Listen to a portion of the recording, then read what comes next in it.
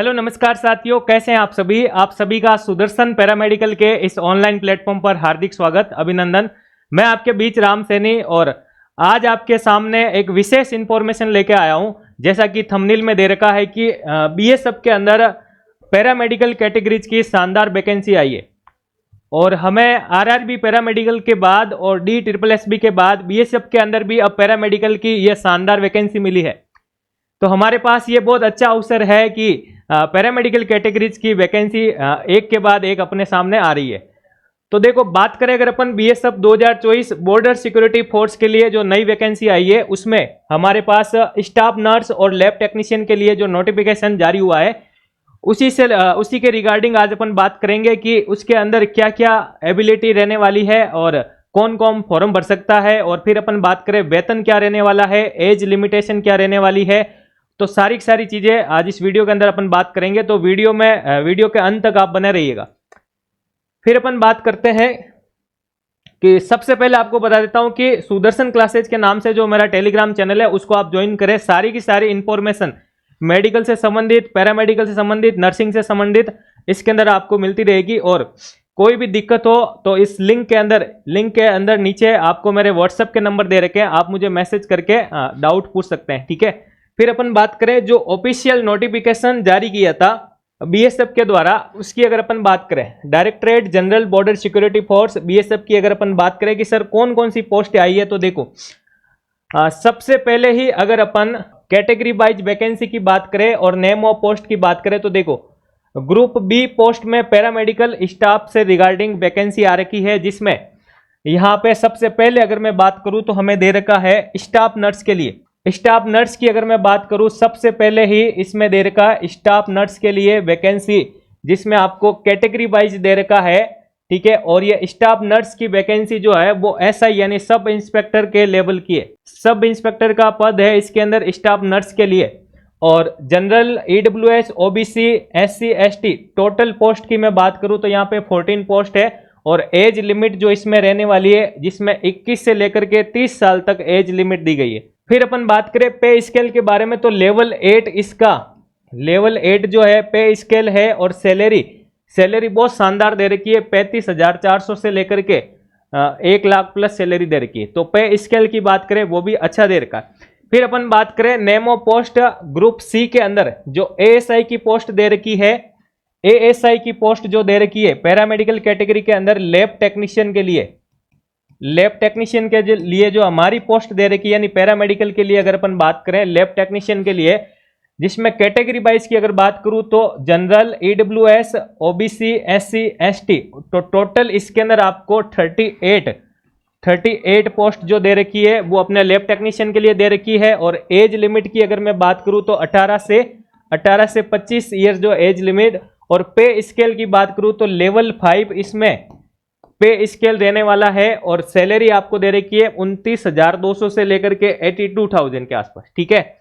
फिर अपन बात करें इसी में ही तीसरी पोस्ट जो दे रखी है ASI की फिजियोथेरेपिस्ट के लिए पोस्ट दे रखी है। और फिजियोथेरेपिस्ट के लिए भी 40+ सीटें जो है भाई, 40+ पोस्ट जो है फिजियोथेरेपिस्ट के लिए दे रखी है। तो लैब टेक्नीशियन और फिजियोथेरेपी के लिए ASI की पोस्ट है। और स्टाफ नर्स के लिए बात करें तो वो SI की पोस्ट है। तो ये तीनों ही पैरामेडिकल कैटेगरी के लिए अपनी पोस्टें आ रखी है। और इसके अंदर अदर और भी खूब सारी वैकेंसी आ रखी है, जैसे SI लेवल की इसमें व्हीकल मैकेनिक की आ रखी है। तो खूब सारी नॉन टेक्निकल जो आ रखी है पोस्टें पैरामेडिकल के अलावा, ठीक है। तो हम पैरामेडिकल कैटेगरीज के लिए बात करेंगे और उसमें भी स्टाफ नर्स और लैब टेक्नीशियन के लिए बात करेंगे, ठीक है। फिर अपन बात करें कि आपको ऑफिशियल फुल नोटिफिकेशन के लिए आपको ये वेबसाइट दे रखी है, इसमें rectt.bsf.government.in। तो इस वेबसाइट पर जाओगे तो आपको फुल नोटिफिकेशन और इंफॉर्मेशन जो भी आपको चाहिए वो सारी इस पे अवेलेबल है, ठीक है।